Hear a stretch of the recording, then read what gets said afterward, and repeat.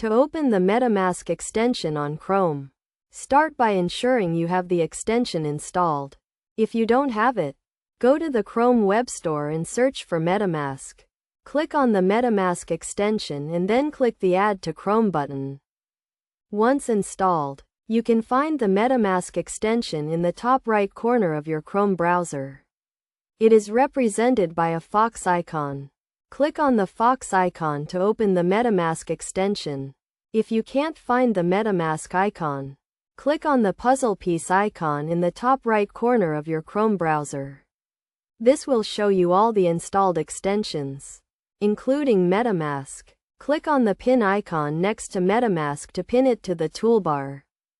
After opening the MetaMask extension, you will see the main interface where you can create a new wallet, import an existing wallet, or view your account balance. Make sure to follow the prompts to set up your wallet securely. To ensure your safety, always verify that you are using the official MetaMask extension from the Chrome Web Store and be cautious of phishing scams. Keep your wallet password and seed phrase secure and never share them with anyone. By following these steps, you can easily open and use the MetaMask extension on Chrome. Remember to always prioritize your wallet security to protect your digital assets.